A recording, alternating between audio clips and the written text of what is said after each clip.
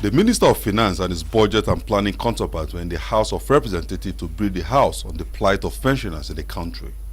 This followed the decision by the lawmakers to invite them to brief the chamber on the hardship faced by pensioners, which have led to the untold sufferings and sometimes untimely death of the nation's senior citizens. For the admittance into the chambers of the following persons: the Honorable Minister of Finance, Honorable Minister of Planning and Budget, the DG Budget Office, the DG National Pension Commission, Executive Secretary, Pension Transitional Arrangement Directorate, and finally, but not the least, the National Executives of the Nigerian Union of Pensioners. Briefing lawmakers on the efforts so far to tackle the pension problem headlong, the Minister of Budget and National Planning said pensions and salaries are top priority of government and that the President has put in place a committee to address and reconcile the perennial pension issues. It is a number one priority, but we have to make sure that we provide what is necessary for pensions. We have to make sure that we calculate and we know exactly how many pensioners and how much is required. It is that reconciliation that has been the cause of the problem.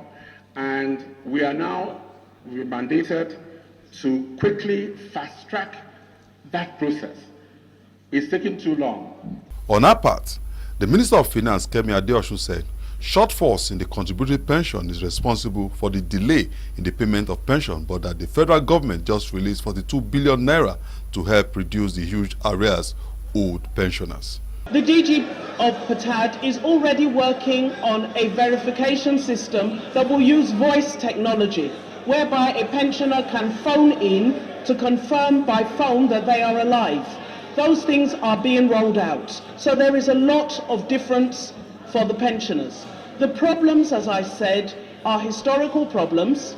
They need to be reconciled. They need to be looked at very carefully, and that's what we're doing. Let me speak specifically to the question raised by the Honourable about arrears in PATAD, 33% increase.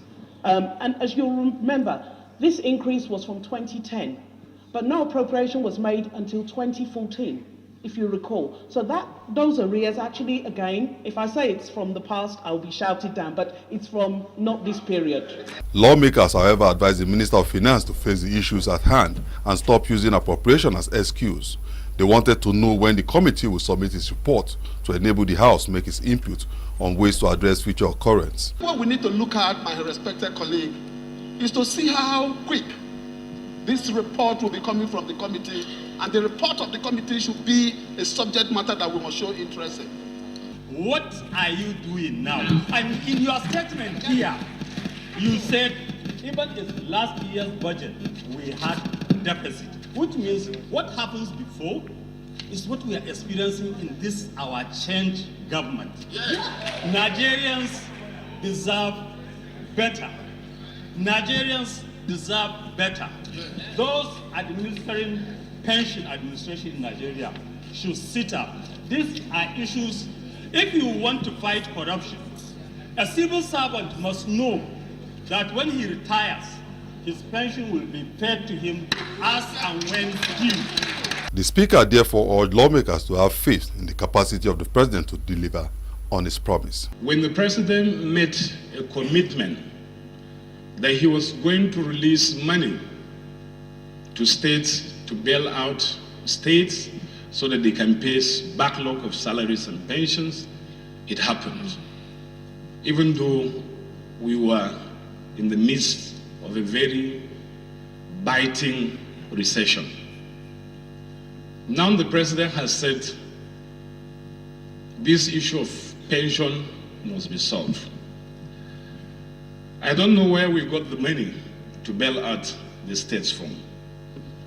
Wherever we got that money from, that is where we're going to get the money to solve these problems.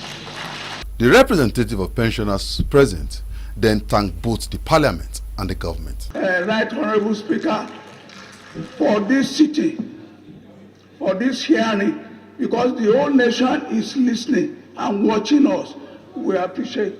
The Right Honourable Speaker, sir, we thank you very, very much. and want to thank all the honorable members. We now realize strongly, we believe strongly that you are truly representing us.